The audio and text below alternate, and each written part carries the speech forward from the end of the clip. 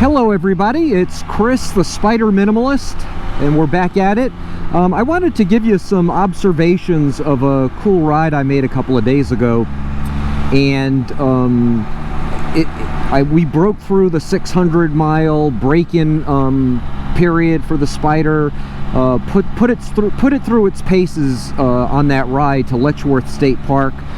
The video that I posted of that ride was titled The Grand Canyon of the East. It was a ride to and through Letchworth State Park, and it was a great ride. Unfortunately, while I think the video came out okay, I had a heck of a time editing that video. Basically, I had GoPro video, I had some iPhone video, and I had iCloud issues and syncing issues. I basically spent 6 hours putting that video together with the help of Apple's support. There they are. But I wanted to talk a little bit about that ride because I have some newbie observations as a new Can-Am Spyder rider who really was on his first long, I put on maybe 180 miles altogether yesterday, and had a great time, but I just wanted to give you my opinions of the ride. I will tell you that my next major adventure that I'm planning that'll give me some really great video to post is a journey to Ithaca. And what I'm trying to do is plot out a trip to Ithaca, which is about a 3-hour drive from Niagara Falls, to happen after some heavy rains, because Ithaca is famous for their gorges and their state parks that are built around these gorges. In fact, their tourism slogan is "Ithaca is gorgeous." Niagara Falls, we have a beautiful, awesome gorge, and it's just to our left. That's the Niagara River Gorge. We went to Letchworth State Park, which is another awesome gorge. Ithaca has a series of gorges, smaller, narrower gorges, and after heavy rains, the water's sluicing through those gorges.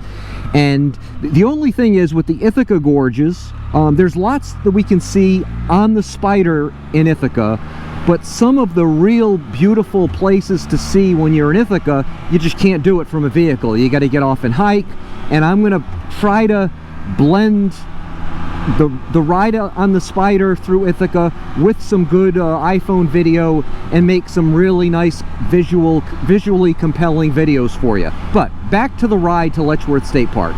So first of all, the ride, it was about, I think, 180 miles altogether that I put on it. A lot of that was highway through Buffalo, and then kind of country roads, but still at good highway speeds. Then when we got to Ithaca, you're going a little slower than that, through the twisties and the hills. The engine was straining at points. It easily tackled it. Believe me, it easily tackled it. My point is that I put the motorcycle through its paces yesterday, and I'll tell you, it is just such a great vehicle. I mentioned my first day, the day I bought the Spyder, I reiterated what so many other YouTube vloggers have commented on, and that is, it's just a smooth vehicle to drive. At highway speeds, it's just awesome. Now, I will say this. I've heard others say that above 70 miles an hour, the MPG starts to drop. And I pushed it a little bit beyond that, but I'll tell you, when I was in 6th speed, it's a 6-speed transmission, at 75 miles per hour, I know it could go much faster than that, but I don't know that how comfortable it would be in terms of the engine going much past. Whoa, this is a relatively new stop sign, and I always forget it. And of course I forget it when there's a police officer right there, but that's okay. So someone once commented on one of the YouTube vlogs that they wish the transmission had a 7th gear. And I don't know that I want a 7th gear, but if Can-Am ever does revise the model and they want to change the transmission, and I suspect they will, we're heading over the New York State Power Authority dam We've been over this on another ride. I don't think we've been on this road. We were on that road. Okay, so can you see the Lewiston-Queenston Bridge over the Niagara River? Anyway, I commented on another video that they need to revise the transmission and figure out, okay, is this going to be an automatic? Is this going to be a... Okay, here's... I hope you can see this. So that's the Sir Adam Beck Dam in Canada, and we're now right on top of the Robert Moses Dam on our side. They both are major generators of electric power for our two respective countries. So I know I'm going off on tangents here, and I apologize, but so back to the transmission. If they could re-gear it so that it didn't feel so, I don't want to say strained, because the engine, it's got a lot of power, but it just didn't feel, at 75 miles an hour, it didn't feel like I could push it to 85 and do so comfortably. Now, I'm sure I've only got 600 miles on this thing. I'm sure there are a lot of Spyder riders who are going to say, no, wait a minute. You don't know what you're talking about. That thing can easily get up to 100. But I'm just not sure I'd feel comfortable, you know, pushing the engine much beyond 75. Now you say, well, wait a minute. The speed limit's only 65. Well, oh, it's 40 miles per hour here. I guess I should slow down. But like in the state of Texas, some of the interstates the speed limit's 85, and you know, if the speed limit's 85, traffic is going much faster than that.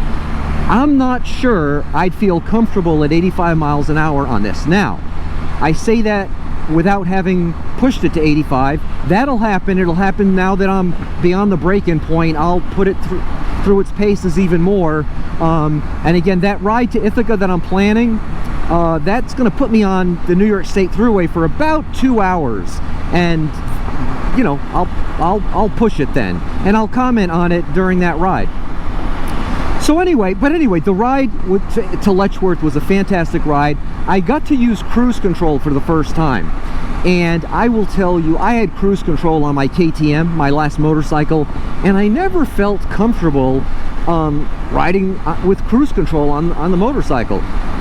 But this was a dream. The cruise control. In fact, you know what? I'm going to put it on now. So we're doing 65 miles per hour. The cruise control is on. I feel perfectly comfortable. This road is real rough, but that's not related to the cruise control, obviously. So when we get to a straightaway, I'm going to take hands off. You can see it's nice to be able to take your right hand off the throttle. Those of you with motorcycles who don't have cruise control know you have to have your hand on the throttle all the time, because otherwise, if you take your hand off the throttle on a motorcycle, the engine braking immediately kicks in. And so anyway, we're hands-free, and we're on the highway. You know, I'm giving a little nudge to keep it course corrected, but this is super smooth. And look at this. I mean, talk about balance. I'm going to just keep this coming up ahead, but wow, just very impressive. So anyway, back to the ride to Letchworth. So another observation I want to make is related to fuel. So I started out with a full tank. I filled up when I got back. I estimate that I got about 30 miles per hour on that ride. Most of that ride was either on highway or highway speeds, and it was only when we were going through Letchworth that it was kind of windy and hilly and twisties at slower speeds. My guess is my normal riding, not on highway speeds, not at highway speeds, will get less than 30 miles to the gallon. Another observation is the fuel warning light came on, and I fueled up shortly after the light came on. I want to say within 10 miles of the light coming on, and I still had, when I filled up, I still had a gallon and about a third in the tank, which is good. You want that. You don't want the fuel light to come on, the warning light to come on, and you're out of gas, right? So If I had 1.3 gallons, I probably had another 40 miles to go or so. The fuel, the mileage indicator, mileage remaining indicator that says 195 right now, it said, I want to say 32 or 33, which is pretty close to accurate. So just another observation on the Spyder there. So anyway, I've had the Spyder now for I guess it's about 3.5 or so weeks. Absolutely love it, no regrets. I'm going to post a video when I hit 1,000 miles with my observations on things, my wish list of things that they change on the Spyder. I believe this model came out, not this model, but this model was revised in 2020. So this is the 2020, this is the 23, this is the 4th year of this model.